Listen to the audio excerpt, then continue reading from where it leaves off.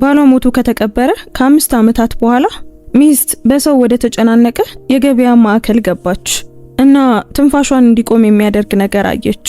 እስኪ ያስቡት፣ በሞት ያጣችው ባሏና ለሐዘኗ መጠጊያ የሆነችው ጓደኛዋ በአንድ ተሳስረው ስታያቸው። ኬቲን ባሏን ጃክሰንን ከቀበረች ከ5 ዓመት በኋላ እውነቱ ከሬሳ ሳጥን ወጥቶ ፊት ለፊቷ ቆመ።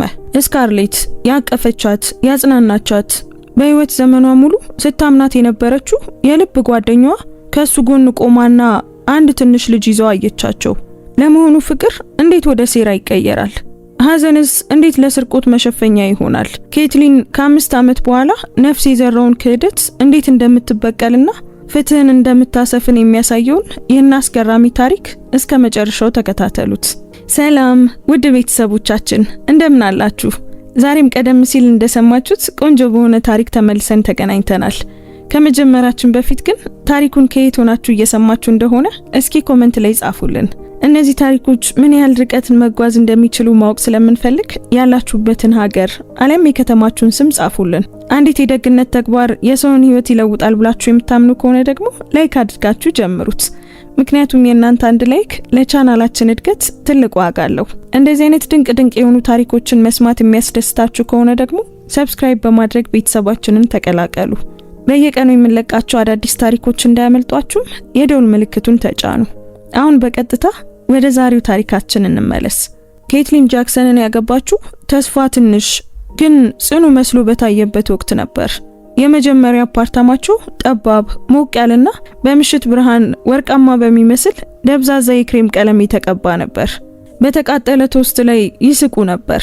ለ2 ቀናት የሚሆን ሾርባ ይሰራሉ እና አንድ ቀን የሚኖራቸውን ቤት እያቀዱ ወለል ላይ ይቀመጡ ነበር። አንድ ቀን ለዚህ ክፍል በጣም ትልቅ የሆነ የመመገቢያ ጠረጴዛ ይኖረናል፣ ጃክሰን ይቀልድ ነበር። እናም ኬትሊን በትከሻው ላይ ተደግፋ ትስቃለች።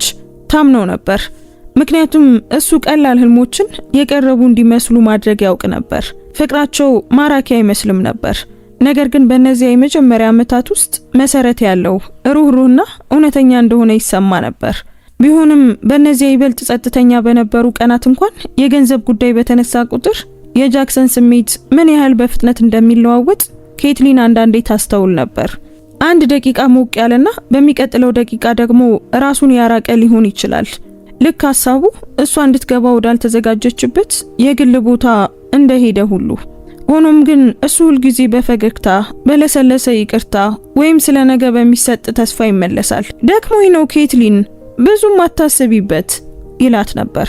እሷ መልሳ እስክታየው ድረስ አገጯን እየነካ እሱን ስለምትወደው ለእያንዳንዱ ምክንያት ምርጡን ትርጓሜ ትሰጥ ነበር። ፍቅር ታጋሽ አደረጋት። ፍቅር ገር አደረጋት። ፍቅር ደግሞ የመጀመሪያዎቹን ትናንሽ ማስጠንቀቂያዎች ችላ እንድትል አደረጋት። ስካርሌት ሰዎች 2 ጊዜ ሳያስቡ በረከት ብለው የሚጠሯት አይነት ጓደኛ ነበረች። ኬትሊን ራስ ምታት ሲኖራት ምግብ ይዛ ትመጣለች።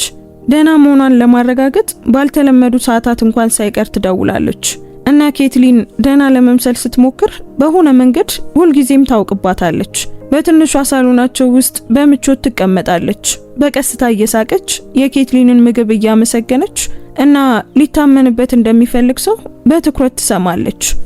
ማንኛውንም ነገር ልትነግሪኝ እንደምትችይ ታውቂያለሽ አይደል? ስካርሌት ብዙ ጊዜ ትል ነበር እና ኬትሊንም ትነግራታለች። ጃክሰን ወደ ረጅም ዝምታዎች መግባት ሲጀምር የመጀመሪያዎቹን የጭንቀት ኑዛዜዎች የሰማችው ስካርሌት ነበረች።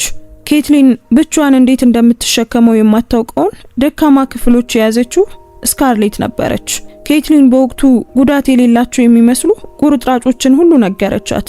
ስለ ጃክሰን እየጨመረ ስለመጣው ውጥረት፣ የገንዘብ ሰነዶችን ይበልጥ በጥንቃቄ የሚደብቅበትን መንገድ እና ደስተኛ በሆኑ ጊዜያት እንኳን አንዳንዴ ፊቱ ላይ ስለሚታየው እንግዳ ሐዘን ተናገረች። ስካርሌት በመራራ አይኖችና በቀስታ ራስ በመነቅነቅ ትሰማ ነበር። ወንዶች ጫናን በመጥፎ ሁኔታ ሊሸከሙ ይችላሉ አለች አንድ ምሽት። አንዳንዴ ግልጽ ከመሆን ይልቅ ዝም ብለው ይዘጋሉ።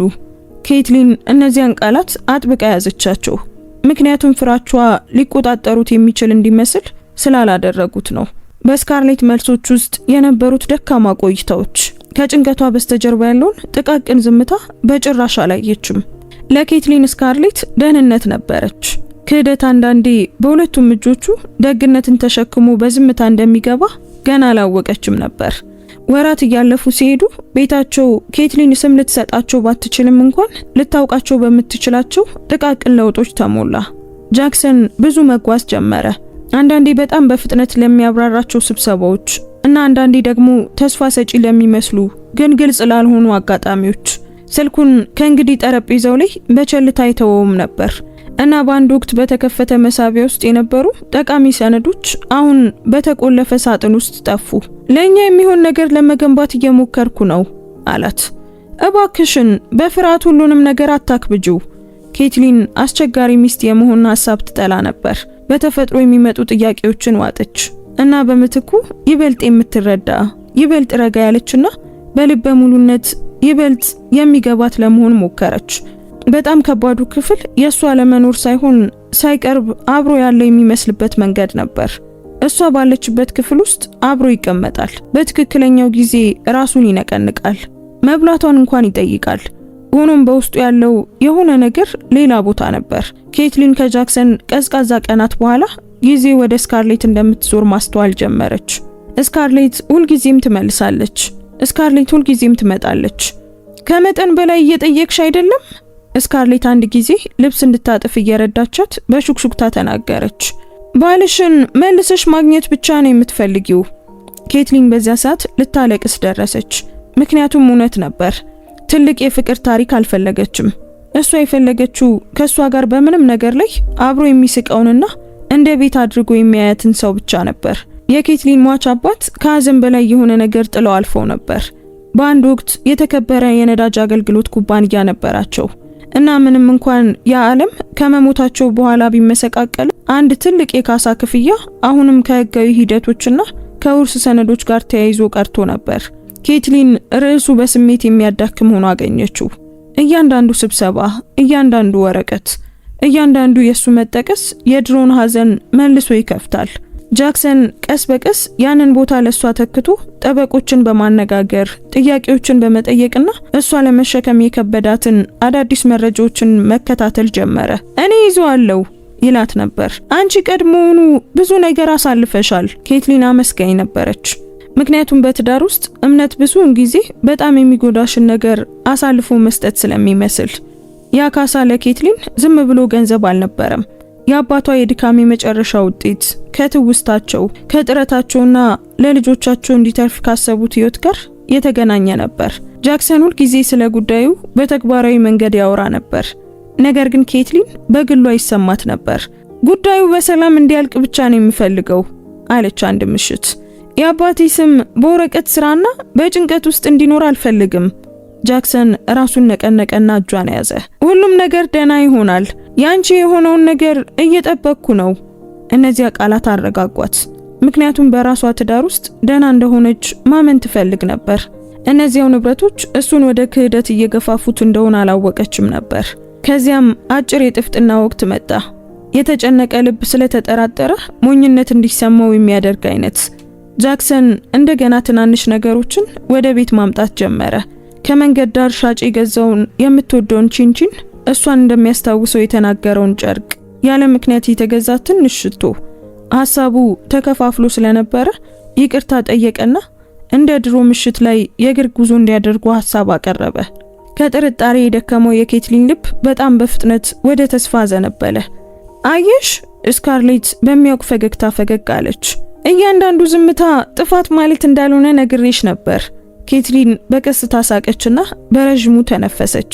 ምናልባት ትዳሩ አስቸጋሪ ወቅት ውስጥ ገብቶ አሁን መንገዱን እያገኘ እንደሆነ አሰበች። ነገር ግን በዚህ የታደሰ ሙቀት ውስጥ እንኳን የሆነ ነገር አሁንም ትክክል አልነበረም። የጃክሰን ፍቅር የታቀደ ይመስል ነበር። ልክ ማዕበሉ ከመድረሱ በፊት ለማረጋጋት እንደሚሞክር ኬትሊን ያ ሊሰማት ይችላል። ነገር ግን ለጊዜው ልትገልጸው አልቻለችም። አንድ ጊዜ ወጥ ቤት ውስጥ ሳህኖችን ስታጥብ እያያት ቆሞ ሳለ እንግዳ በሆነ ምቾት በሚነሳ መንገድ ፈገግ አለ። ሁሌም ታምኚኛለሽ አይደል ሲል ጠየቃት። ኬትሊን ዞር ብላ በቀስታ ፈገግ አለች። በእርግጥ አምነሃለሁ። ራሱን ነቀነቀ። ነገር ግን ፈገግታው አይኑ ጋር አልደረሰም። በኋላ በዚያው ምሽት ስካርሌት ነገሮች እንዴት እየሆኑ እንደሆነ ለመጠየቅ ስትደውል ኬትሊን ምሽቱን በምስጋና ገለጸችላት። ስካርሌትን በዝምታ አዳመጠችና ሰላም እስካለ ድረስ አጥብቀሽ ያዢው እሺ አለቻት። ጃክሰን ለተባለው የሥራ ጉዞ የሄደበት ቀን እንደ ማንኛውም ቀን ጀመረ። ይህም በኋላ ከኬትሊን ጥልቅ ቁስሎች አንዱ ሆነ። እሱ ቁልፎችን ሲፈልግ እሷ ሸሚዙን ትተኩስ ነበር። እሱ ካልሲዎቹን በጣም በጥንቃቄ እንደምታጥፋቸው በጨዋታ ያማርር ነበር። ሳቀች፣ አይኖቿን አሽከረከረች እና ለመብላት ጊዜ እንደማይኖረው የተናገረችውን ምግብ አሸገችለት። ደጃፉ ላይ ግንባሯን ሳማትና ከተለመደው ትንሽ ረዘም ላለ ጊዜ አቀፋት። በጣም ናፍቆትሽ ከመጀመሩ በፊት እመለሳለሁ እሺ አላት። ኬትሊን ፈገግ አለች። ያ ብዙ ጊዜ አይፈጅም። ለሰከንድ ያህል እንግዳ በሆነ ሁኔታ ልክ እንደ መራራት በሚመስል ስሜት አያት። ከዚያም ለምን እንደሆነ ከመጠየቋ በፊት ዞር አለ። በዚያው ምሽት ጥሪው መጣ እና ህይወት ተከፈለች። በሌላኛው በኩል የነበረው ድምጽ የተቻኮለ መደበኛና ግራ የሚያጋባ ነበር። መንገድ ላይ አደጋ ደርሶ ነበር። መኪና ነበር፣ እሳት ነበር፣ ባለስልጣናት ተሳትፈው ነበር። ኬትሊን ፍርሃት አካሏን ከመቆጣጠሩ በፊት አረፍተ ነገሮቹን ሙሉ በሙሉ መረዳት እንኳን አልቻለችም። ማልቀሷን ከመጨረሷ በፊት ስካርሌት ደረሰች። እዚህ ነኝ ኬትሊን፣ እዚህ ነኝ አለች ስካርሌት ትከሻዋን እየያዘች። የተከተለው ነገር እንደ ህልም ነበር። የተቻኮለ እንቅስቃሴ፣ ደብዛዛ ኮሪደሮች፣ በሹክሹክታ የሚነገሩ ማብራሪያዎች። ኬትሊን የጃክሰንን ስም ደጋግማ ትጠራ ነበር። ልክ ስሙን ደጋግሞ መጥራት በህይወት እንደሚያቆየው ሁሉ በምትኩ በዙሪያው ያለው እያንዳንዱ መልስ ይበልጥ እየከበደ እየቀዘቀዘና የመጨረሻ እየሆነ መጣ። በሆስፒታል ውስጥ ኬትሊን በማንኛውም ሚስት ላይ ሊደርስ የማይገባውን ሂደት በግራ መጋባት እንድታልፍ ተደረገ። ያየችው አስክሬን በጣም ክፉኛ ተጎድቶ ስለነበር እርግጠኛ መሆን በጭካኔ የማይቻል መስሎ ነበር። እሷን ለመስበር የሚበቃ ነገር አየች። ነገር ግን ጥርጣሬን ለማጥፋት የሚበቃ አልነበረም። ከቤተሰብ ጋር የተገናኘ ጠበቃ ከባለስልጣናቱ ጎን ሆኖ በቀስታ ግን በጽናት የተገኙት ንብረቶች ከጃክሰን ጋር እንደሚመሳሰሉ፣ ሁኔታዎቹም እንደሚገጣጠሙና የሚያሳዝነው የተፈጠረውን ነገር ለመጠራጠር ምንም አይነት እውነተኛ ምክንያት እንደሌለ አስረዳ። ስካርሌት ከኬትሊን ጎን ቆማ ነበር። አንዱ እጇ ሊያማት በሚችል ደረጃ አጥብቆ ይዟታል። በጣም ረጅም ጊዜ አትዩ ስካርሌት በሹክሹክታ ተናገረች። እባክሽ ኬትሊን። ነገር ግን ምስሉ ቀድሞውኑ በአይምሯ ውስጥ ተቀርጾ ነበር። ሐዘን ሰዎች ለሌሎች በራስ መተማመን እጃቸውን እንዲሰጡ የማድረግ መንገድ አለው። ኬትሊን በኪሳራው መፍሰዝ ውስጥ ነበረች። በዙሪያ እየተገነባ ያለውን መዋቅር ለመታገል በጣም ደክማ ነበር።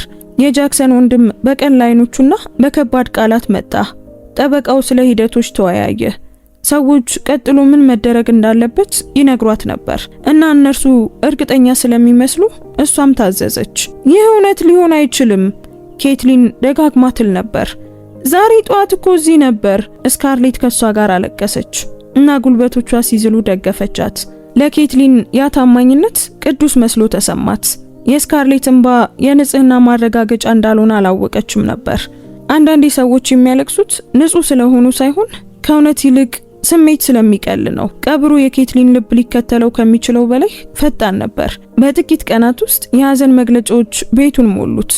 በራሷ ላይ ጸሎቶች ተደረጉ እና ሰዎች ሞትን ተግባራዊ በሚያስመስል ቃና ስለ ዝግጅቶች ተወያዩ። ሌሎች በዙሪያዋ ሲንቀሳቀሱ ኬትሊን ብዙ ጊዜ ዝም ብላ ትቀመጥ ነበር። ልክ አካሏ የቀረ ቢሆንም ግንዛቤዋ ግን ሌላ ቦታ የሄደ ይመስላል። ሳጥኑን ዝቅ ባደረጉበት ቀን ምን እንደለበሰች እንኳን ብዙም አታስታውስም ነበር። የምታስታውሰው በደረቷ ውስጥ ያለውን ክብደትና በምታውቃቸው ነገሮች ሁሉ ውስጥ ያለውን እንግዳ ርቀት ብቻ ነበር። በጥንቃቄ ቁሚ ስካርሌት ከጎኗ ሆና ክርኖቿን ይዛ በሹክሹክታ ተናገረች። ኬትሊን ራሷን ነቀነቀች። ምንም እንኳን አካሏ እንዴት እንደምትሸከመው የማታውቀው ነገር ቢመስላትም በመቃብሯ አጠገብ ድምጾች ይወጡና ይወርዱ ነበር። ነገር ግን ኬትሊን እንደ ውሃ ውስጥ ድምጽ ትሰማቸው ነበር። ተጨማሪ ጊዜ፣ አንድ ተጨማሪ ጥያቄ፣ አንድ ተጨማሪ የማይቻል ተአምር ትፈልግ ነበር። በምትኩ የነበራት ነገር አሁንም ከምትወደው ሰው ጋር ልታገናኘው በማትችለው ሳጥን ላይ የሚወድቅ አፈር ብቻ ነበር። ኬትሊን ስታለቅስ ስካርሌት ጀርባዋን በቀስታ ታሻት ነበር። ተንፍሺ ኬትሊን፣ በደንብ ተንፍሺ በሹክሹክታ ትላት ነበር። እነዚያ ቃላት ከዓመታት በኋላ ለኬትሊን የማይቻል ህመም ሆነው ይመለሳሉ። ምክንያቱም የታማኝነት መግለጫ መስለው ነበር። ቀብሩ አበቃ፣ ሰዎች ተበተኑ። እናም ዓለም በሚያበሳጭ ተራ መንገዶች መንቀሳቀሷን ቀጠለች። ኬትሊን ህይወት ዝም ብላ የተሰበረች ሳይሆን ወደ ውስጥ የተጠቀለለች መስሏት ወደ ቤት ተመለሰች። በዝምታዋ ውስጥ ተከባ ቀረች። ከቀብሩ በኋላ ቤቱ የተቆረጡ ልማዶች ካርታ ሆነ። የጃክሰን ነጠላ ጫማዎች ካልጋው አጠገብ ቀሩ። አንደኛው ከሌላኛው ትንሽ ቀደም ብሎ ልክ አሁን አውልቋቸው እንደወጣ ሁሉ። አንድ ጊዜ የለበሰው ሸሚዝ አሁንም ከበሩ በስተጀርባ ተንጠልጥሏል። የሱ ኩባያ በኩሽና መደርደሪያ ላይ ከተራ ነገሮች መካከል ተቀምጦ ነበር። የመጨረሻ የሚለውን ቃል እያፌዘ ኬትሊን ማንም ሊያየው የማይችለውን ፍርስራሽ ውስጥ እንደሚያልፍ ሰው በጥንቃቄ በሐዘን ከክፍል ወደ ክፍል ትንቀሳቀስ ነበር። በምሽት በድንገት ትነቃለች። ግማሽ አይምሯ የሱን ቁልፍ በደጃፉ ላይ ወይም ድምጹን ከሽንት ቤት ለመስማት ይጠብቃል። ከዚያም እውነታው በቀስታና ያለ ርህራሄ ይመለሳል። እናም ዝምታው እንደገና በላዩ ላይ ይሰፍራል። እውነተኛ ሐዘን ከቀብሩ ጩኸት ጋር አልመጣም። የመጣው በጥቃቅን ሰዓታት ውስጥ፣ ባልተነካ ምግብ ውስጥ፣ መጨረስ በማትችላቸው ንግግሮች ውስጥ ነበር። ኬትሊን በመስኮት አጠገብ ተቀምጣ የመጨረሻውን ጧታቸውን ደጋግማ ታስብ ነበር። ምግቡን አሽጌለት ነበር አንድ ጊዜ ለራሷ በሹክሹክታ ተናገረች። ሸሚዙንም ተኩሼለት ነበር። የእነዚያ ድርጊቶች ተራ ደግነት የስቃይዋ አንድ አካል ሆነ። ስካርሌት በጣም በተደጋጋሚ የምትመጣ ሰው ሆና ቀጠለች። ቃላት በማይኖሩበት ጊዜ ከኬትሊን ጋር ትቀመጥ ነበር እና ዝምታው በጣም ሲከብድ ደግሞ ታወራ ነበር። ይወድሽ ነበር አለች ስካርሌት አንድ ምሽት። ኬትሊን በቀስታ አለቀሰች እና ራሷን ነቀነቀች። የታማኝነት መጽናኛን እያገኘች መስሏት ነበር እንጂ ከእውነት ቀስ በቀስ እየተጠበቀች እንደሆነ ፈጽሞ አልጠረጠረችም። ሳምንታት ወደ ወራት ተቀየሩ። እናም የስካርሌት በኬትሊን ህይወት ውስጥ መኖር እየጠነከረ ሄዶ ልክ እንደ መዋቅር ሆነ። ተግባራዊ ጉዳዮችን ትከታተላለች። ኬትሊን እንድትበላ ታስታውሳታለች እና ብቸኝነት በተለይ በሚበረታበት ምሽቶች አብራ ታድራለች። ኬትሊን ማውራት እንኳን የማትችልባቸው ምሽቶች ነበሩ እና ስካርሌት ንግግር ሳታስገድድ ልብስ እያጠፈች ወይም ሻይ እያዘጋጀች ዝም ብላ አጠገቧ ትቀመጣለች። የኬትሊን ታናሽ ያጎት ልጅ የሆነችው ማደሊን ስካርሌት ምን ያህል ማዕከላዊ እንደሆነች አስተውላ አንድ ጊዜ በቀስታ ጠየቀች። ትክክለኛውን ሰው መደገፍሽን ግን እርግጠኛ ነሽ? ኬትሊን አፈጠጠችባት። ስካርሌት ከአብዛኛው ቤተሰብ በላይ አድርጋልኛለች ስትል መለሰች። ለኬትሊን ምስጋና ቀድሞውኑ ስካርሌትን በጣም በቆሰሉ የህልውናዋ ክፍሎች ውስጥ አሳልፎ አስገብቷል። ያ ነበር ክህደቱን ኬትሊን ገና ልትገምተው በማትችለው መንገድ በጣም አጥፊ ያደረገው። ስካርሌትን ያመነችው በደስታ ጊዜያት ሳይሆን በተሰበረችበት ወቅት ነበር። ስካርሌት ያለ ክብር፣ ያለ ጥንካሬ፣ ያለ መልስ አየቻት። ማንም እየሰማ አይደለም ብላ ስታስብ ኬትሊን እንዴት እንደምታለቅስ ታውቅ ነበር። የትኞቹ ቀናት ህመሟን እንደሚቀሰቅሱ እና የትኞቹ መሳቢያዎች ኬትሊን አሁንም መንካት እንደማትችል ታውቅ ነበር። ቀስ በቀስ ትድኛለሽ ትላት ነበር ስካርሌት። ማንም ልብሽን እንዲያጠፋው አትፍቀጂ። ኬትሊን እነዚያን ቃላት እንደ መጠለያ አድርጋ እንደተደገፈችባቸው ራሷን ትነቀንቃለች። እነዚያን ቃላት የምትናገረው ሴት ራሷን ልትተርፍ እየተማረች ያለችውን ኪሳራ ለማቀድ ቀድሞውኑ እንደተረዳች አላወቀችም ነበር። አንዳንዴ ጥልቁ ክህደት ከፍተኛ ጥላቻ ሳይሆን በውሸት ዙሪያ የተዘጋጀ ገር የሆነ አብሮነት ነው። ህጋዊና የገንዘብ ጉዳዮች መጫን ሲጀምሩ ኬትሊን በግልጽ ለማሰብ በጣም ተዳክማ ነበር። ከጃክሰን ሂሳቦች ጋር የተያያዙ ሰነዶች፣ ከአባቷ ካሳ ጋር የተያያዙ የውርስ ጉዳዮችና አስቸኳይ ትኩረት የሚፈልጉ የሚመስሉ የንብረት መዝገቦች ነበሩ። የቤተሰቡ ጠበቃ በትዕግስት ግን ግራ በሚያጋባ ቋንቋ ይናገር ነበር። ኬትሊንን ከተጨማሪ ጭንቀት እንደሚጠብቅ ሰው ብዙ ጊዜ ድምጹን ዝቅ ያደርግ ነበር። ስካርሌት ፍርሃትን ወደ ልብ በሙሉነት እየተረጎመች አጠገቧ ቆየች። መፈረም ያለበትን ዝም ብለሽ ፈርሚ አለች በቀስታ። ይህንን ሁሉ ብቻሽን መሸከም አትችይም። ኬትሊን እያንዳንዱን ገጽ መረዳት ትፈልግ ነበር። ነገር ግን አይምሮዋ በሐዘን ስር ሊታመን የማይችል ሆኖ ነበር። ግራ መጋባት በቆሰሉ ሰዎች ላይ ምን ያህል በጥሩ ሁኔታ ጥቅም ላይ ሊውል እንደሚችል ሳታስተውል የረጋ ድምጽ ያላቸውን ሰዎች አመነች። ኬትሊን ያመነታችባቸው ትናንሽና አላፊ ጊዜያቶች ነበሩ። አንዳንድ ወረቀቶች በጣም ሰፊ፣ አንዳንድ ውክልናዎች ደግሞ በጣም ቋሚ ይመስሉ ነበር። መጠበቅ ይኖርብኛል ስትል አንድ ጊዜ ጠየቀች። እጇ ላይ የነበረው እስክሪብቶ በትንሹ እየተንቀጠቀጠ። ጠበቃው በተለማመደ እርጋታ ፈገግ አለ። መዘግየት ነገሮችን ሊያወሳስብ ይችላል ወይዘሮ ጃክሰን፣ እኛ ዝም ብለን ነገሮችን እያረጋጋን ነው። ስካርሌት የኬትሊንን የእጅ አንጓ ላይ የሚያረጋጋ እጇን አኖረች።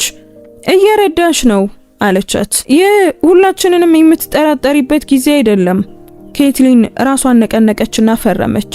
እያንዳንዱ ፊርማ ሙሉ በሙሉ ለማትረዳው ስርዓት ራሷን አሳልፋ እንደመስጠት ተሰማት። ይህ የኃላፊነትና የህልውና መንገድ እንደሆነ ለራሷ ነገረች። ሌሎች ለስርቆት ሊጠቀሙባቸው ያሰቡትን መንገዶች እየፈረመች እንደሆነ አላወቀችም። ከጃክሰን ሞት በኋላ ምን ያህል ነገር እንደፈረሰ ኬትሊን ለመጀመሪያ ጊዜ የተረዳችው አልጋው ላይ ከተዘረጉ የባንክ መግለጫዎች ጋር ብቻዋን ተቀምጣ አዲስ አይነት ድንጋጤ ሲሰማት ነበር። አንዳንድ ሂሳቦች ከምትጠብቀው በታች በጣም ጥቂት ገንዘብ ነበራቸው። ጃክሰን አንድ ጊዜ የጠቀሳቸው አንዳንድ ኢንቨስትመንቶች ፈለጋቸውን ማግኘት የማይቻል ይመስል ነበር። ሊጠናቀቅ እንደተቃረበ የገለጸው የንብረት ጉዳይ ደብዛዛ በሆኑ ማብራሪያዎችና በጠፉ ትስስሮች ውስጥ ጠፍቷል። መጀመሪያ ላይ ወረቀቶቹን አልተረዳውም ብላ አሰበች። ነገር ግን እያንዳንዱ ንግግር ግራ መጋባቱን ይበልጥ አጠነከረው። ባሏ የሞተባት ሴት መሆን እንባና ትዝታ ብቻ እንዳልሆነ ተረዳች።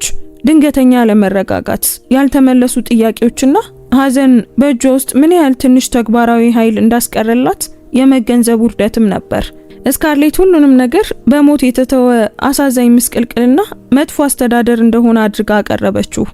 አንዳንዴ ወንዶች ሚስቶቻቸውን ላለማስጨነቅ ሲሉ የገንዘብ ጭንቀቶችን ይደብቃሉ አለች አንድ ከሰዓት በኋላ። ኬትሊን ጃክሰንን መከላከል ፈለገች። ሆኖም ግን በፊቷ ላይ ያለው ማስረጃ ቀዝቃዛና ግድ የለሽ ነበር። ብዙም ሳይቆይ ክፍያዎችን መክፈል ከበደ። ጥገናዎች መራዘም ነበረባቸው። ትናንሽ ምርጫዎች ከበዱ። ደህና ነኝ ብዬ አስቤ ነበር። ኬትሊን ስለ ፋይናንሳቸው የተሰጠውን የተበላሸ ማጠቃለያ እያየች በሹክሹክታ ተናገረች። ስካርሌት ተንፍሳ አቀፈቻት። አንድ ቀን መልሰሽ ትቆሚያለሽ። ኬትሊን ያንን ተስፋ አጥብቃ ያዘችው። ምክንያቱም ሌላ ምንም አልነበራትም። ስቃዩ አደጋ እንደሆነ አሁንም ታምን ነበር።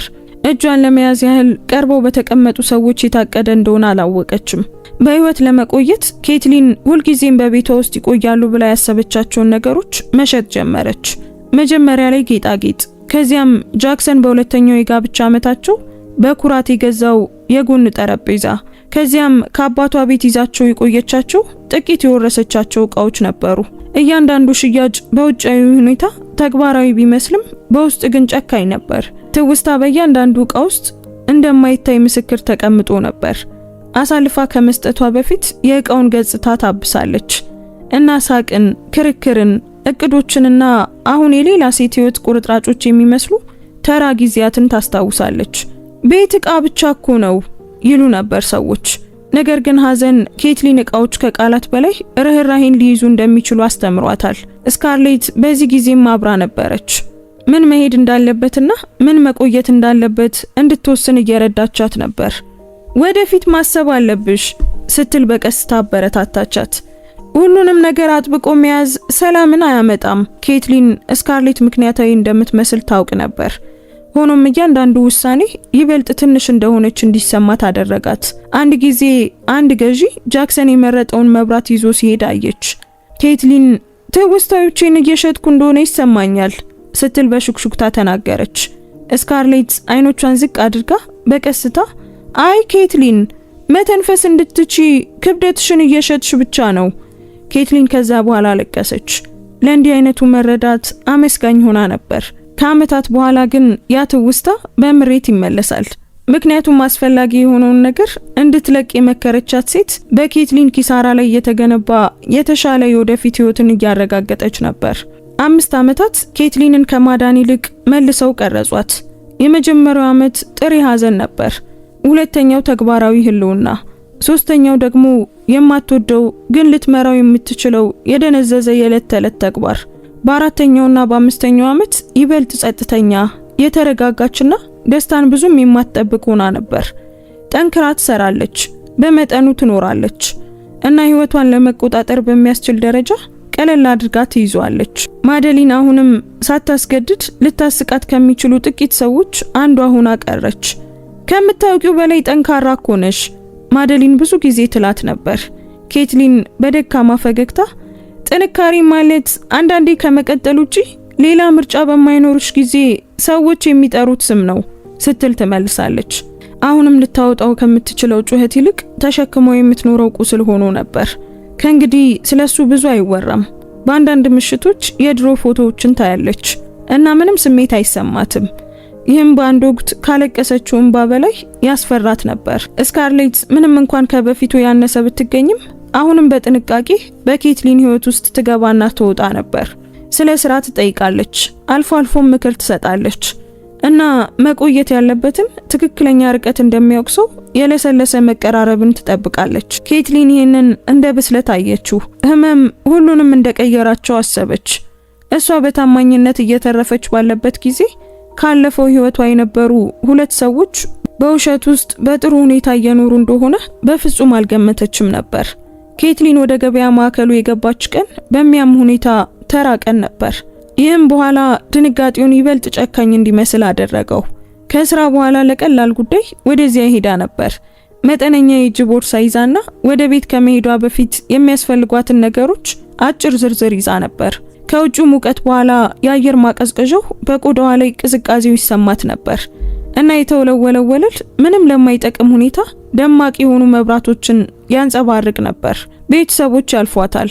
ልጆች እጅጌዎቹን ይጎትታሉ። አንድ የሽያጭ ሰራተኛ በአሳንሱሩ አጠገብ ይስቃል።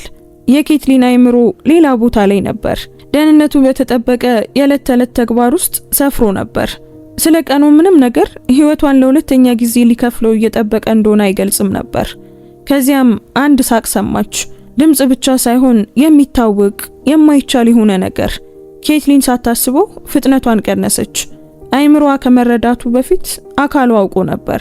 በዝምታ ልክ ያለ ሐሳብ ዞር አለች እና አንድ ሰው በአንድ የቤት ዕቃ ማሳያ ፊት ለፊት ወደ አንዲት ልጅ ጎንበስ ብሎ አየች።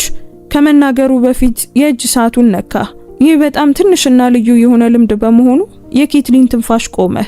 ፊቱን ሙሉ በሙሉ ሲያነሳ በዙሪያዋ ያለው ዓለም ወደ ዝምታ ተቀየረ።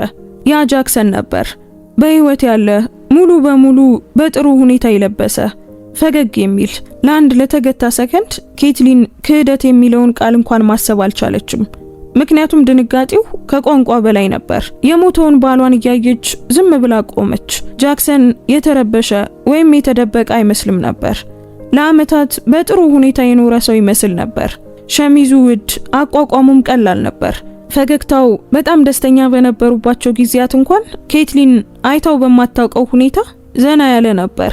አይኖቿ ራሳቸውን አርመው ወደ እንግዳ ሰው የሚቀይሩት ይመስል አፈጠጠችበት። ነገር ግን እሱ በትንሹ ሲንቀሳቀስ የምታውቃቸው ዝርዝሮች ይበልጥ ጎሉ።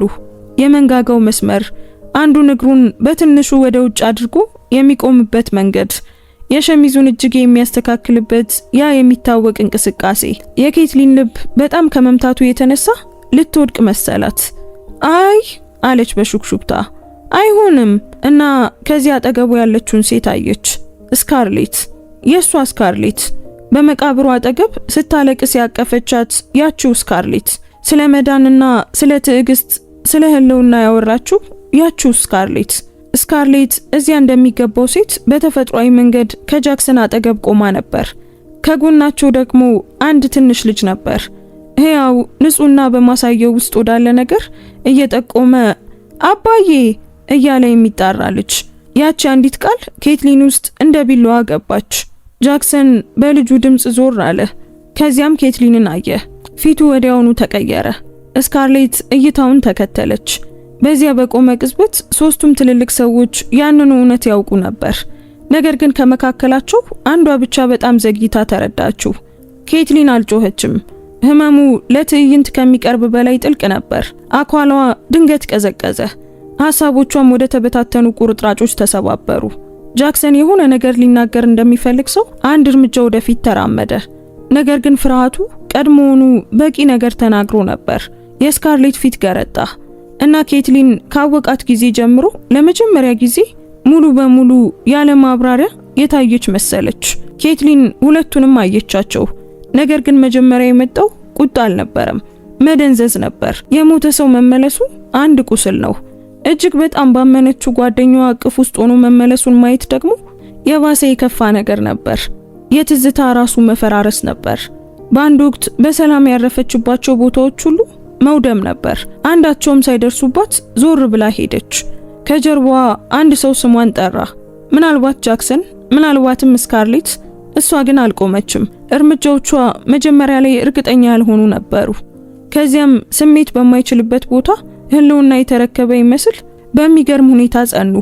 ከገበያ ማዕከሉ እንደወጣች ከአንድ ምሰሶ አጠገብ ቆማ ማዞሩ እስኪያልፍላት ድረስ የሚንቀጠቀጥ እጇን ተጫነች። በአይኖቿ ፊት የተቀበረ ህይወት አሁን መነሳቱን ሳያውቁ ሰዎች በዙሪያዋ ይንቀሳቀሱ ነበር። ኬትሊን ማልቀስ ፈለገች፣ ነገር ግን እንባዋ ሊመጣ አልቻለም። እሱ በፍጹም አልሞተም ነበር ስትል ተናገረች። ከዚያም በበለጠ ህመም አወቀች። ያ ሁለተኛ እውነት ከመበለትነት በላይ የሆነ ጥልቅ ነገርን ሰበረ። ከገበያ ማዕከሉ በኋላ ትዝታ ቅርጹን ቀየረ። ያለፉት ጊዜያት እንደተነጠሉ ዝርዝሮች ሳይሆን ከውስጥ በሚበራ ማስረጃነት መመለስ ጀመሩ። ኬትሊን ስካርሌት ስለ ጃክሰን ለሚነሱ ጥያቄዎች አንዳንድ ምክንያቶቹን እሱ ከመናገሩ በፊት ቀድማ እንደምታውቅ ሰው በጣም በፍጥነት ትመልስ የነበረበትን መንገድ አስታወሰች። አንድ ጊዜ በመመገቢያ ጠረጴዛው ላይ እንግዳ የሆነ እይታ እንደምንም ነገር ቆጥረው እንዳለፈችው አስታወሰች። ኬትሊን ስካርሌት ሁሉ ጊዜም በትክክለኛው ጊዜ ስለመገኘቷ በጨዋታ ስታሾፍባት ጃክሰን ባልተለመደ ግትርነት ለስካርሌት ይከላከልላት እንደነበር አስታወሰች። እሷ ያንቺ ጓደኛ እኮ ናት ኬትሊን፣ ለምንድነው ምንም ጉዳት የሌላቸውን ነገሮች መጥፎ የምታስመስዩ ብሎ ተቆጥቶ ነበር። በወቅቱ ኬትሊን ይቅርታ ራሱ ጠይቃ ነበር። አሁን ያ ትዝታ በውስጧ እንደ እሳት ተቀምጧል። የድሮ ትዕይንቶችን በተለየ መንገድ ማየት ጀመረች። ከሞቱ በኋላ የስካርሌት መጽናኛ ከእንግዲህ ንጹህ ሆኖ አልታየም። የፈጣን ፊርማዎች ከእንግዲህ ዝም ብሎ አጋጣሚ አልነበሩም። ጃክሰን በሄደበት ጧት ያሳየው የመጨረሻ ርህራሄ እንኳን አሁን ከአንድ ህይወት ወጥቶ ወደ ሌላ ህይወት እንደሚገባ ቀድሞውኑ እንደሚያውቅ ሰው የታቀደ መስሎ ታያት። ኬትሊን በዚያ ምሽት መብራት አጥፍታ ቤቷ ተቀመጠች። ትዝታው የራሱን ቀርፋፋና ጨካኝ ስራ እንዲሰራ ፈቀደች። ለስንት ጊዜ ስትል ጨለማውን ጠየቀች። ከጀርባዬ ሆነው ለምን ያህል ጊዜ ሲሳለቁብኝ ነበር። ገና መረጃዎች አልነበሯትም። ነገር ግን ህመም ስሜቷን ወደ ቀዝቃዛ ነገር ቀይሮታል። ከቀብሩ በኋላ ለመጀመሪያ ጊዜ ሐዘኗ ወደ ትኩረት መቀየር ጀመረ። ማደሊን ምክንያቱን ከመስማቷ በፊት በኬትሊን ላይ ያለውን ለውጥ አስተዋለች። ኬትሊን በጣም ዝምተኛ ሆና ነበር። ፊቷ በጣም የራቀ፣ መልሶቿም የተመጠኑ ነበሩ። ማደሊን አንድ ምሽት ምግብ ይዛ ስትመጣ ያጎቷን ልጅ አልጋ ጠርዝ ላይ ምንም ሳትንቀሳቀስ ተቀምጣ ስታገኛት ሁሉንም ነገር በአንድ ጊዜ አስቀመጠች። ምን ተፈጠረ ስትል በቀስታ ጠየቀች። ኬትሊን አይኖቿን አነሳች እና በውስጣቸው ያለው ባዶነት ማደሊንን አስፈራት። ለብዙ ሰኮንዶች መናገር አልቻለችም። ከዚያም ቃላቱ ልክ እንደ መረጋጋት በሆነ ሁኔታ መጡ። ጃክሰንን አየሁት አለች። ማደሊን በግራ መጋባት ፊቷን አጨማደደች። በህልምሽ ነው? ኬትሊን ራሷን ነቀነቀች። አይ አይደለም፣ በገበያ ማዕከል ውስጥ በህይወት ሆኖ ከስካርሌትና ከአንድ ትንሽ ልጅ ጋር። ክፍሉ ጸጥ አለ። መጀመሪያ ላይ ማደሊን ኬትሊን ባሮጌው ህመም ስር እየተሰበረች ሊሆን ይችላል ብላ አሰበች። ነገር ግን ፊቷን አንድ ጊዜ ማየት መጠራጠርን የማይቻል አደረገው። ኬትሊን የእጅ ሰዓት እንቅስቃሴውን፣ የልጁን ድምጽ፣ ስካርሌት ከጎኑ ቆማ የነበረበትን ሁኔታ ገለጸች። ንግግሯን ስትጨርስ ማደሊን ባለማመን በቁጣና በፍርሃት ውስጥ ነበረች። አሁኑኑ ወደ ፖሊስ መሄድ አለብን። ኬትሊን ራሷን ነቀነቀች። አይ አሁን አይደለም፣ መጀመሪያ ማስረጃ ያስፈልገናል። ቀድሞውኑ አንድ ጊዜ በእርግጠኝነት ቀብረውኛል። በህመም ብቻ አልንቀሳቀስም። ማደሊን ቆማ አየቻት። የታያት ድክመት ሳይሆን አዲስ የተሳለ ነገር ነበር። እንግዲያውስ ይህንን በአግባቡ እናደርገዋለን አለች። ብቻሽን አትጋፈጫቸውም። ለመጀመሪያ ጊዜ ኬትሊን በዝምታ ውስጥ እየሰመጠች እንዳልሆነ ተሰማት። በማደሊን በኩል ኬትሊን ጁሊያንን አገኘችው። በትዕይንታዊ በራስ መተማመን ሳይሆን በትዕግስትና በስርዓት የሚታወቅ ጠበቃ ነው። በፋይሎች የተሞላ መጠነኛ ቢሮ ውስጥ ተቀበላቸው እና ኬትሊን ታሪኩን ከመጀመሪያው እስከ መጨረሻው ስትናገር ምንም ሳያቋርጥ አዳመጠ። እንደ ደካማ መበለት ወይም ነገሮችን እንደምትፈጥር ሴት አላያትም። በምትኩ ጥንቃቄ የተሞላባቸውን ጥያቄዎች፣ ቀናቶችን፣ ስሞችን፣ የወረቀት ስራዎችን፣ ምስክሮችንና ልምዶችን፣ አለመጣጣሞችን ጠየቀ። ኬትሊን በቻለችው መጠን በጽናት መለሰች። ስትጨርስ ጁሊያን እጆቹን አጣጥፎ ያየሽውን ሰው እንዳየሽ አምናለሁ፣ ነገር ግን እምነት አይደለም ይሄንን የሚያሸንፈው ማስረጃ ነው አለ። በሱ መረጋጋት ውስጥ ያለው ነገር ከማንኛውም መጽናኛ በላይ ያረጋጋት። ጁሊያን እንዲህ ያሉ ጉዳዮች በስሜት ሲያዙ እንደሚፈርሱና በዝምታ ሲያዙ ደግሞ እንደሚጠነክሩ አስረዳ። አትጋፈጫቸው ሲል አስጠነቀቃት። ምን እያደረስሽባቸው እንደሆነ እንዳያውቁ አድርጊ። ኬትሊን ራሷን ነቀነቀች። ምንም እንኳን ራሷን መክታት ሌላ የህመም አይነት ቢሆንባትም ጁሊያን በመቀጠል ስለ ልጁ እድሜ ከአባቷ ካሳ ጋር የተያያዘውን ውርስና የጃክሰን ሞት ተብሎ ከታሰበው ጊዜ በኋላ ስለተፈረሙት ሰነዶች ጠየቀ። በመካከላቸው ግንዛቤው እየጠለቀ ሲሄድ ማደሊን ኬትሊንን አየቻት። ይህ ከታማኝነት ጉድለት በላይ ነበር፣ ከመጥፋትም በላይ ነበር። የምትዩ እውነት ከሆነ ጁሊያን ተናገረ፣ ያኔ ሐዘንሽ እንደ ህጋዊ ድልድይ ሆኖ አገልግሏል ማለት ነው። ይህ ማለት እያጋጠመን ያለው ክህደት ብቻ አይደለም፣ በሐዘን ውስጥ በጥንቃቄ የተደበቀ ማጭበርበር ነው። ጁሊያን መጀመሪያ ከመረመራቸው ዝርዝሮች መካከል ኬትሊን ገበያ ማዕከል ውስጥ ያየችው ትንሽ ልጅ እድሜ ነበር። በትክክል ምርመራዎችና ከትምህርት ቤት ምዝገባ ጋር በተያያዙ ህጋዊ መዝገቦች አማካኝነት የጊዜ ሰሌዳው መገንባት ጀመረ። በመጨረሻ መረጃውን በኬትሊን ፊት ሲያስቀምጠው ክፍሉ በድንገት የጠበበ መሰለ። ሜሰን በኋላ በነበረ ግንኙነት ከዓመታት በኋላ የተወለደ ልጅ አልነበረም። ለዚያ ታሪክ በጣም ትልቅ ነበር። እድሜው ወደ ኋላ ጃክሰን ሞተ ወደ ተባለበት ጊዜ ይደርሳል። ኬትሊን አሁንም ለባሏ ምግብ ታበስል፣ ለትዳሯ ትጸልይና ለስካርሌት ሚስጥሯን ትነግር ወደ ነበረበት ዓመታት ያቺ አንዲት ሀቅ ክብደቱን ካሳዛኝ ማታለል ወደ ቀዝቃዛና ረጅም ሆን ተብሎ የተደረገ ነገር ቀየረችው። ኬትሊን እንባዋ ወረቀቱን እስኪያደበዝዘው ድረስ ቀኑን በዝምታ አየችው። ስለዚህ እኔ የጋብቻ በዓላትን ሳቅድ ስትል በሹክሹክታ ተናገረች። እነሱ ሌላ ቤተሰብ እየገነቡ ነበር። ጁሊያን አላቋረጣትም። ማደሊን በአንድ ጊዜ ተቆጥታና ልቧ ተሰብሮ አጠገቧ ተቀመጠች። የጊዜው ጭካኔ ኬትሊን ከተዘጋጀችበት በላይ ያቆሰላት። ስካርሌት ከቀብሩ በኋላ በጋራ ሐዘን ምክንያት ለጃክሰን አልቀረበችም። ጃክሰን በኋላ ላይ የኬትሊንን ኪሳራ በምትረዳ ሴት እቅፍ ውስጥ አልወደቀም። ውሸቱ ከሬሳ ሳጥኑ ከረጅም ጊዜ ጀምሮ በህይወት ነበር። የሜሰን እድሜ ኬትሊን የጠረጠረችውን ግን በሆነ መንገድ እውነት እንዳይሆን የተመኘችውን ነገር አረጋገጠ። ባሏን በክህደት ሳታጣው በፊት በሞት አላጣችውም። በሁለቱም አቅጣጫ ተታላ ነበር። ጁሊያን በመቀጠል ከጃክሰን ሞት ጋር በተያያዙ ሰነዶች ላይ ትኩረቱን አደረገ እና በእያንዳንዱ ምርመራ ይፋዊ ታሪክ እየተዳከመ ሄደ። የአደጋው ሪፖርት አጭርና በሚገርም ሁኔታ ያልተሟላ ነበር። የማንነት ማረጋገጫ ሂደቱ ከእውነተኛ ማረጋገጫ ይልቅ በግል ንብረቶች ላይ በጣም ተደግፎ ነበር። አንዳንድ ፊርማዎች በገጹ ላይ እንግዳ ሆነው ተቀምጧል እና አንዱ ውክልና ከተለመደው አሰራር በበለጠ ፍጥነት የተከናወነ ይመስላል። ይህ ፋይል በጫና ነጥቦች የተሞላ ነው። ጁሊያን ሰነዶቹን በጥንቃቄ እያዘጋጀ ነበር። ሊቆይ የቻለው ከዓመታት በኋላ የሐዘንተኛ ሚስት ጠይቋለች ተብሎ ስላልታሰበ ነው። ኬትሊን ስትሰማ በረደች። ህመሟ በስሜት ብቻ አልተበዘበዘም፣ በህግም ጭምር ታሳቢ ተደርጎበት ነበር። ግንዛቤው እንደ ሁለተኛ ቀብር መጣ። ኬትሊን እሷ መተንፈስ እንኳን በማትችልበት ጊዜ ሁሉም ነገር ምን ያህል በፍጥነት እንደተንቀሳቀሰ፣ እያንዳንዱ ባለስልጣን ምን ያህል እርግጠኛ ይመስል እንደነበር አስታወሰች። ድንጋጤው ዝም እንደሚያሰኘኝ ያውቁ ነበር አለች። ትክክለኛ ጥያቄዎችን እንደማልጠይቅ ያውቁ ነበር። ጁሊያን ራሱን ነቀነቀ። ብዙውን ጊዜ እነዚህ ነገሮች የሚሰሩት በዚህ መንገድ ነው። ጉዳት መሸፈኛ ይሆናል። ማደሊን በምሬትና በሹክሹክታ ተሳደበች። ኬትሊን ግን ለተወሰነ ጊዜ ምንም አልተናገረችም። ለጥቂት ደቂቃ ብቻ ስላየችው አስክሬን፣ ስለ ቀብሩ ጥድፊያ፣ ሌሎች ሂደቱን ሲመሩ ስካርሌት እጇን አጥብቃ ይዛ ስለነበረበት ሁኔታ እያሰበች ነበር። በታማኝነት ያዘነችበት ሞት አሁን ካሳዛኝ ክስተት ይልቅ በሷ ውድቀት ዙሪያ በጥንቃቄ የተዘጋጀ መድረክ መሰለ። ጁሊያን የገንዘብ ፈለጉን ሲከተል ከጃክሰን የሐሰት ሞት በስተጀርባ ያለው ዓላማ በጨካኝ ግልጽነት መታየት ጀመረ። የኬትሊን ሟች አባት ካሳ በእርግጥም እሷ መበለት በነበረችበት ወቅት በተከፈቱ መንገዶች ተለቆ ነበር። ኬትሊን በግራ መጋባት ውስጥ ሆና የፈረመቻቸው ውክልናዎች ግንኙነት ያላቸው አካላት ደግሞ እሷ ፈጽሞ በማትረዳው መንገድ እንዲያንቀሳቅሱ ፈቅደው ነበር። የወደፊት ህይወቷን ሊያረጋግጡ የሚገባቸው ገንዘቦች ወዲያውኑ የጃክሰን ስም ወደማይሸከመው መዋቅሮች ተዘዋውረው ነበር። ከዚያም ቀስ በቀስ ከአዲሱ ህይወቱ ጋር በተያያዙ ንግዶችና የንብረት ግዢዎች ውስጥ ብቅ አሉ። እሱ ዝም ብሎ አልጠፋም፣ ጁሊያን ተናገረ። የጠፋው ሐዘንሽ እጅግ በጣም በቀላሉ ማለፊያ በሚያደርግሽ ትክክለኛ ሰዓት ነበር። ኬትሊን በነገሩ ትክክለኛነት እየተገረመች አይኖቿን ዝቅ አደረገች።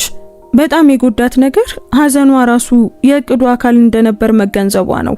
ጃክሰን ከኃላፊነት ወይም ከትዳር ማምለጥ ብቻ አልነበረም የሚፈልገው፣ ያለ ምርመራ ሀብት ማግኘት ነበር። ፍቺ ቢሆን ኖሮ ጥያቄዎችን ያስነሳ ነበር፣ የንብረት ክፍፍልን ያመጣ ነበር እና የካሳ ሂደቱን ያወሳስበው ነበር። ሞት ግን ርህራሄን፣ ጥድፊያንና ዝምታን ፈጠረ። እንባዬን እንደ ወረቀት ስራ ተጠቀሙበት። ኬትሊን ድምጿ እየተንቀጠቀጠ በሹክሹክታ ተናገረች። ጁሊያን በተቆራረጠ ርህራሄ አያት። አዎ፣ ለዚህ ነው ይህ ጉዳይ ሙሉ በሙሉ መያዝ ያለበት። ኬትሊን ያን ያለቀሰች በጩኸት ሳይሆን በመጨረሻ ከስቃይዋ በስተጀርባ ያለውን እቅድ ያየ ሰው በሚሰማው የደከመ ህመም። ሐዘኗ ክህደትን ተከትሎ የመጣ ብቻ አልነበረም፣ ለገንዘብ ድጋፍ ወደሚውለው ድልድይነት ተቀይሮ ነበር። ኬትሊን በጥልቀት በፈለገች ቁጥር የስካርሌት ክህደት በሚያም ሁኔታ የግል እየሆነ መጣ። ከድሮ ባካፖች የተገኙ መልእክቶች፣ ከድሮ መጽሐፍ ውስጥ የተሸሸጉ ማስታወሻዎችና የንግግር ቁርጥራጮች ኬትሊን ፈጽሞ ያላስተዋለችውን ጸጥተኛ ቅናት መግለጽ ጀመሩ። ስካርሌት ለዓመታት ህይወቷን በቅርብ ርቀት ስትከታተል የነበረችው እንደ ጓደኛ ብቻ ሳይሆን ኬትሊን ያላትን ነገር የምትፈልግ ታዛቢ ሆና ነበር። በእነዚያ ፍንጮች ውስጥ ምንም አይነት ነጠላ ድራማዊ ኑዛዜ አልነበረም፣ ንድፍ ብቻ ነበር። ወደ ቂም ያዘነበለ አድናቆት፣ ንጽጽርን የደበቀ ጭንቀት፣ በምኞት የበለጸቀ መቀራረብ። ከአንድ አሮጌ መልእክት ውስጥ ያለ አንድ መስመር ኬትሊንን በጣም አሰቃያት። አንዳንድ ሴቶች ሌላ ሰው ይበልጥ ዋጋ እስኪሰጠው ድረስ ምን እንዳላቸው እንኳን አያውቁም። በፊደል ብቻ የተፈረመ ነበር። ኬትሊን በዚያ ማስረጃ ለረጅም ጊዜ ተቀመጠች። በታሪኩ ሳይሆን በፊደል ብቻ የተፈረመ ነበር። ኬትሊን በዚያ ማስረጃ ለረጅም ጊዜ ተቀመጠች። በታሪኩ ሳይሆን በቅናቱ ቅርበት ደነገጠች። ስካርሌት የቤቷን ቅርጽ፣ የትዳሯን ሁኔታ፣ ጃክሰን ያለበትን ድክመቶች፣ ኬትሊን ስጋት የሚሰማባትን ቦታዎች ታውቅ ነበር። ህይወቷን ከውስጥ ሆና አጥንተዋለች። ከሩቅ አልነበረም። እህቴ እያለችኝ የወደፊት ህይወቴን ትፈልግ ነበር፣ ኬትሊን በቀስታ ተናገረች። የማደሊን አይኖች በቁጣ እንባ ተሞሉ። ቦታሽን ትፈልግ ነበር። ኬትሊን ራሷን በቀስታ ነቀነቀች። አይ፣ መጀመሪያ ከውስጡ ባዶ እንዲሆን ትፈልግ ነበር። ያ እውነት ከማንኛውም ሌላ ግንኙነት በላይ አገዘ። ስካርሌት በተከለከለ ፍቅር ውስጥ ስለወደቀች አልነበረም። ኬትሊን እጇን እንድትለቅ በሚያደርግ ሐዘን ውስጥ ስትሆን ለመስረቅ የቀለለውን ህይወት በዝምታ ትመኝ ነበር። ግስጋሴው የመጣው ፈጽሞ ተረስቶ በነበረ ነገር ነው። በአንድ ዘመድ ጋራዥ ውስጥ የቆዩ እቃዎችን ስታስተካክል ኬትሊን ከጃክሰን ሞት በኋላ ከነበረው ጊዜ የምታውቀውን የታሸገ ሳጥን አገኘች። በውከትና ብጥብጥ ወቅት ወደ ጎን ተገፍቶ ነበር እና ሙሉ በሙሉ አልተከፈተም ነበር። በውስጡ የተበታተኑ ወረቀቶች፣ የደብዳቤዎች ቅጂዎችና አሮጌ ስልክ የማንነት መታወቂያ ቅጂዎችና ለኬትሊን ድንጋጤ ከጃክሰን ዋና ፓስፖርቶች አንዱ ነበር። እጇ ላይ ይዛው ደነገጠች። በዚያ ጉዞ ላይ ከሞተ ይህ ለምን እዚህ ይገኛል ስትል ጠየቀች። ጁሊያን ወዲያውኑ ተጠራ። በአንድ ሰዓት ውስጥ ደረሰ እና ሁሉንም ነገር በተቆጣጠረ ጥንካሬ መፈተሽ ጀመረ። ሳጥኑ አሁን እንደ አጋጣሚ ሳይሆን እንደ መለኮታዊ እርዳታ መሰለ። ከይዘቱ መካከል ከፓስፖርቱ የከፋ ነገሮች ነበሩ። የታተሙ መልእክቶች፣ ከፊል የገንዘብ መመሪያዎችና ስለ ጊዜ፣ ስለ ፊርማዎችና ኬትሊን ፈጽሞ የማትረሳውን አንድ ሐረግ የያዘ በእጅ የተጻፈ ማስታወሻ ነበር። በኋላ አጠገቧ ከቆየው ታምነኛለች። ማስታወሻው ያልተፈረመበት ቢሆንም ኬትሊን የስካርሌትን የእጅ ጽሑፍ ከዓመታት የልደት ካርዶችና የሸቀጣሸቀጥ ዝርዝሮች አወቀችው። ክፍሉ በዙሪያዋ የጠበበ ይመስል ደረቷ ተጨነቀ። መጽናኛውንም እንኳን አቅደውት ነበር፣ ኬትሊን በሹክሹክታ ተናገረች። ጁሊያን ከሰነዶቹ በቀስታ ቀና አለ። ይህ ሁሉንም ነገር ይቀይራል አለ። በእርግጥም ቀየረው። ኬትሊን ከእንግዲህ ስሜት፣ ሐዘንና የአጋጣሚ ሁኔታዎች ብቻ አልነበራትም። አሁን በቀብሩ ላይ የነበረው የስካርሌት ርህራሄ ከውሸቱ ጎን የመጣ ሳይሆን የውሸቱ አካል እንደነበረ ማስረጃ በእጇ ይዛለች። በማከማቻ ሳጥኑ ማስረጃ ጉዳያቸው እየጠነከረ ሲሄድ ጁሊያን የጃክሰንንና የስካርሌትን የአሁኑን ህይወት በህጋዊ መንገዶችና በግል የገንዘብ ክትትል በይፋ መከታተል ጀመረ። የታየው ነገር በሚያም ሁኔታ የተሟላ ነበር። ያደገ የቤት ዕቃ ማሳያ ነበራቸው። በጥበቃ ስር ባለ ግቢ ውስጥ በሚያምር ቤት ውስጥ ይኖሩ ነበር። የሜሰን የትምህርት ቤት ክፍያ ቀደም ብሎ በተዘዋወረ ገንዘብ ከተያያዙ የድርጅት ሂሳቦች ይከፈል ነበር። የቤት ወጪዎች፣ የንብረት ማሻሻያዎችና የንግድ መስፋፋት ሁሉም ያንን የተደበቀ መንገድ ይከተሉ ነበር። ቁርጥራጭ በቁርጥራጭ ጁሊያን የኬትሊን ህጋዊ ውርስና የትዳር መብት የሌላ ቤተሰብ ምቾት መገንቢያ ሆኖ እንዴት እንደዋለ አሳያት። ስለ ጃክሰን አዲስ ህይወት በራሱ የተገነባ ምንም ነገር አልነበረውም። ኬትሊን በምታዝንበት ጊዜ እሱ ከሰረቀው ነገር ንብርብር በንብርብር የተገነባ ነበር። ኬትሊን በጣም የታገለችው ከገንዘቡ ጋር ሳይሆን ስርቆቱ በወሰደው ሰብአዊ ቅርጽ ነበር። የልደት በዓል ጌጦች፣ የትምህርት ቤት ዝግጅት፣ የቤተሰብ ሽርሽርና በአንድ ወቅት ከጃክሰን ጋር ለመገንባት አልማው የነበረው ልስላሴን የያዘ በሚያምር ሁኔታ የተዘጋጀ ሳሎን ፎቶግራፎችን አየች። ያ ሶፋ አለች በደካማ ድምጽ ከማሳያ ድረገጹ የተገኘውን ፎቶ እያየች።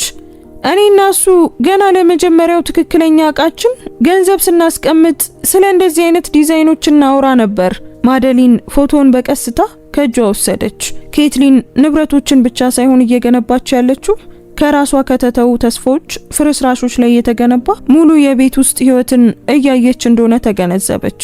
ያ እውቀት በቀላሉ ቋንቋ እንደሌለው ሐዘን በውስጧ ሰፈረ። አሁን ኬትሊን ወደ ማሳያ ክፍላቸው ለመግባት ስማቸውን ለመጥራትና እውነቱን ወደ አደባባይ ለማውጣት የሚያበቃ ህመም ነበራት። ግን እምቢ አለች።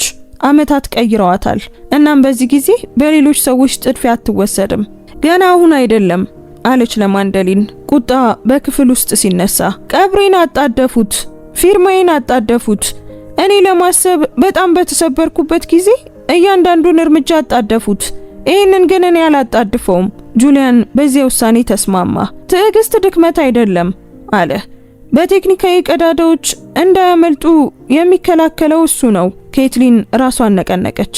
ለጥቂት ጊዜ አርክቶ ከዚያ የሚፈርስ ድራማ ሳይሆን ዘላቂ የሆነ ፍትህ ትፈልግ ነበር። ለዛም ጠበቀች እና በዚያ ጥበቃ ውስጥ በውስጧ የሆነ ነገር ጠነከረ። የጊዜ ሰሌዳዎችን ገመገመች። የእምነት ቃል ሰነዶችን ፈረመች። የተረጋጉ ምላሾችን ተለማመደች እና በአንድ ወቅት ሊያሸንፏት የሚችሉትን የጉዳዩን ዝርዝሮች ተማረች። ራሷን እነሱ እንዳታለሏት ሴት ማየቷን አቆመች እና በእውነቱ ለተፈጠረው ነገር ህጋዊ ምስክር እንደሆነች ማየት ጀመረች። በአንድ ምሽት ማደሊን ጠየቀች። እነሱን ለመጋፈጥ ፈርተሻል እንዴ? ኬትሊን ከመመለሷ በፊት በመስኮት ወደ ውጭ አየች። አዎ አለች በታማኝነት። ነገር ግን እውነቱ ተቀብሮ መተውን የበለጠ ፈራለሁ። ያ መልስ በሷ ውስጥ ያለውን ሙሉ ለውጥ አመለከተ። ከእንግዲህ በትዕግስት ብቻ እየተረፈች አልነበረም። አሁን ወደ እነሱ በትዕግስት በማስረጃና በከባድ ጥረት በተገኘ ግልጽነት እየተጓዘች ነበር። ግጭቱ የተከሰተው በአደባባይ በጩኸት ሳይሆን ትዕይንትን አስወግዶ እውነትን ብቻ በሚያስቀር ቁጥጥር ባለበት ህጋዊ ቦታ ነበር። ጃክሰን መጀመሪያ ገባ። እርጋታውን በጣም በጥንቃቄ ተላብሶ ነበር። ስካርሌት ተከተለች፣ ፊቷ ነጭ ሆኖና ተጠራጥራ። ኬትሊን ስትገባ አልተንቀጠቀጠችም። ያ ብቻ ረበሻቸው። ለብዙ ሰኮንዶች ማንም አልተናገረም። ከዚያም ጃክሰን በቀስታ ኬትሊን አለ። ስሙ አሁንም በሷ አፍ ውስጥ በደህና ሁኔታ እንደሚገኝ ሁሉ ያለምንም ሙቀት አየችው። ስካርሌት ቀጥላ ሞከረች። እባክሽን እንድናብራራ ፍቀጅልን፣ ነገሮች ተወሳሰቡ። ኬትሊን ልትስቅ ምንም አልቀራትም። ነገር ግን መግለጫው ምንም ደስታ አልነበረውም። አይ አለች በቀስታ፣ ነገር ግን ነገሮች የተመረጡ ናቸው። ክፍሉ በዚያ መልስ ክብደት ጸጥ አለ። ማስረጃው ሲቀርብ ፓስፖርቱ፣ የእጅ ጽሑፉ፣ የገንዘብ ትስስሩ፣ የሐሰት ሞት ግድፈቶች፣ የጃክሰን የተለማመደ እርጋታ መሰንጠቅ ጀመረ። ስካርሌት አለቀሰች። ሊቀበሉት በማይችሉት ነገር ውስጥ እንደወደቁ በሹክሹክታ ተናገረች። እርስ በርሳችን እንዋደድ ነበር አለች በደካማ ድምጽ። የኬትሊን አይኖች በመጨረሻም በሙሉ ህመም ወደሷ ዞሩ። በመቃብሩ ላይ አቅፈሽኛል ስትል መለሰች። ያንን ቃል እዚህ በመጠቀም ፍቅርን አታዋርጂ። ጃክሰን ስለ ጫና፣ ስለ ስህተቶች፣ ስለ ፍርሃትና ስለ ጠፋ ድፍረት ሊናገር ሞከረ። ነገር ግን ኬትሊን የመተካት ቁስልን አልፋ ነበር። እኔን ጥለ መሄድ ብቻ አይደለም አለች። ድምጿ እየተንቀጠቀጠ ግን በጽናት በስሜት ቀበርከኝ። ከዚያም ሰላምህን በላዩ ላይ ገነባ። ህጉ ሙሉ በሙሉ መንቀሳቀስ ሲጀምር የጃክሰንና የስካርሌት ያሸበረቀ ህይወት ከእንግዲህ ሊያታልሏቸው በማይችሉ እውነታዎች ስር መሰንጠቅ ጀመረ። ሂሳቦች ታገዱ። የባለቤትነት ጥያቄዎች ተነሱ። የተደበቁ ዝውውሮች በኬትሊን በተጭበረበረ መበለትነት ወደ ተገኙ ውክልናዎች ተከታተሉ። የማሳያ ክፍሉ መዋቅር ምርመራ ተጀመረ። የቤቱ ሰነድ ለክርክር ቀረበ እና የተሳሰሩ ሀብቶች አንዱ ከሌላው በኋላ ተመረመሩ። ለዓመታት ለመጀመሪያ ጊዜ ኬትሊን በአንድ ወቅት ያሸነፏት ስርዓቶች ለሷ መስራት ሲጀምሩ አየች። ሆኖም ፍትህ በቀላል መንገድ ድል አድራጊነት አልተሰማውም። ከባድ፣ በሂደት ላይ ያለና በጥልቅ የተገኘ ሆኖ ተሰማው። የኔን ብቻ ነው የምፈልገው አለች ለጁሊያን። ከዚያ በላይ ምንም አልፈልግም። ራሱን ነቀነቀ። ለዚህ ነው የምትቆሚው? በዚያ ወቅት አንድ ጊዜ ጃክሰን በግል ደወለላት።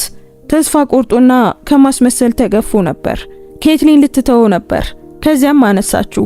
እንዲከፋ ፈልጌ አልነበረም አላት። ኬትሊን አይኖቿን ጨፈነች። እንዲከፋ የፈለከው አንተን እንድቀብር በፈቀድክበት ቀን ነው። ድምፁ ተረብሾ ነበር። ምናልባትም ውሸት የበላውን ነገር ጸጸት ሊገነባው እንደማይችል ለመጀመሪያ ጊዜ ተረድቶ ሊሆን ይችላል። ስካርሌትም መልእክቶችን ላከች። አንዳንዶቹ ተማጽኖ፣ አንዳንዶቹ መከላከያ፣ አንዳቸውም ግን መልስ የሚገባቸው አልነበሩም። ኬትሊን ምንም አልመለሰችም። ስሜት በሷ ላይ ጥቅም ላይ በዋለበት ቦታ አሁን ጉዳዩ እንዲናገር ፈቀደች። ወደ እሷ የተመለሰው ንብረትና ሀብት ብቻ ሳይሆን እነሱ ሙሉ በሙሉ ሊሰርቁት በነበሩት የራሷ ህይወት ታሪክ ላይ የነበራት ስልጣንም ጭምር ነበር። ፍርዱና ስምምነቱ ወደ እውነታው ሲቀየር ኬትሊን ተወስዶባት የነበረውንና ከሱም የተገነባውን መልስ አገኘች። የጃክሰንና የስካርሌት ህይወት ከእንግዲህ ሊያስቀሩት በማይችሉት ውጤት ስር አነሰ። ማሳያ ክፍሉ ከእንግዲህ የፈጠረው ውሸት ንብረት አልነበረም። በለሰለሰ ብርሃንና በሐሰተኛ ሰላም ይኖሩበት የነበረው ቤት ከእንግዲህ ከኬትሊን ተደራሽነት ውጭ አልነበረም። መረጋጋታቸው በአንድ ቅጽበት አልጠፋም፣ ነገር ግን በትርጉሙ ፈርሷል። ኬትሊን አንድ ቀን ከሰዓት በኋላ በጸጥታ ባለ የንብረት ቢሮ ውስጥ የመጨረሻ ወረቀቶችን እየገመገመች ቆማ፣ በውስጧ ምንም አይነት የድል መዝሙር አልተሰማትም። ፍትህ መጥቷል፣ ግን ደግሞ ፍትህ ደስታ አልነበረም። ፈጽሞ ሊኖር የማይገባ ቁስል አስፈላጊ መልስ ነበር። በኋላ ላይ ቤት ውስጥ ብቻዋን ኬትሊን በአንድ ወቅት በመበለትነት ስታለቅስ በነበረችበት መስኮት አጠገብ ተቀመጠችና ዝምታው በዙሪያዋ እንዲሰበሰብ ፈቀደች። ከእንግዲህ እንደማታለል አልተሰማም። ከእንግዲህ የመቃብር የውሸት ወይም ህይወቷን እያፈራረሰች እህቴ ስትላት የነበረች ጓደኛ ንብረት አልነበረም፣ የህልውና ንብረት ነበር። ማደሊን በቀስታ ገብታ ጠየቀች። ደህና ነሽ? ኬትሊን ለረጅም ጊዜ ወደ ውጭ አየችና በተረጋጋ ታማኝነት መለሰች። ሙሉ አይደለሁም፣ ግን ነፃ ነኝ። ያ በቂ ነበር። አንዳንድ ክህደቶች እውነት ሲመጣ አያልቁም፣ ዝም ብለው ቅርጻቸውን ይቀይራሉ። ሆኖም ለዓመታት ለመጀመሪያ ጊዜ ኬትሊን በሌላ ሰው እቅድ ውስጥ አልነበረም የምትኖረው፣ በራሷ ውስጥ ነበር። ውድ ቤተሰቦቻችን የዛሬው ታሪካችን ይህንን ይመስል ነበር። እንዴት አገኛችሁት? ወደዳችሁት? ምንስ ተማራችሁበት? እስኪ ኮሜንት ላይ ሐሳብ አስተያየታችሁን ጻፉልን። እናንተስ በኬትሊን ቦታ ብትሆኑ ምን የምታደርጉ ይመስላችኋል? ውድ ቤተሰቦቻችን አንዲት የደግነት ተግባር የሰውን ህይወት ትለውጣለች ብላችሁ የምታምኑ ከሆነ ላይክ እና ሼር አድርጉት።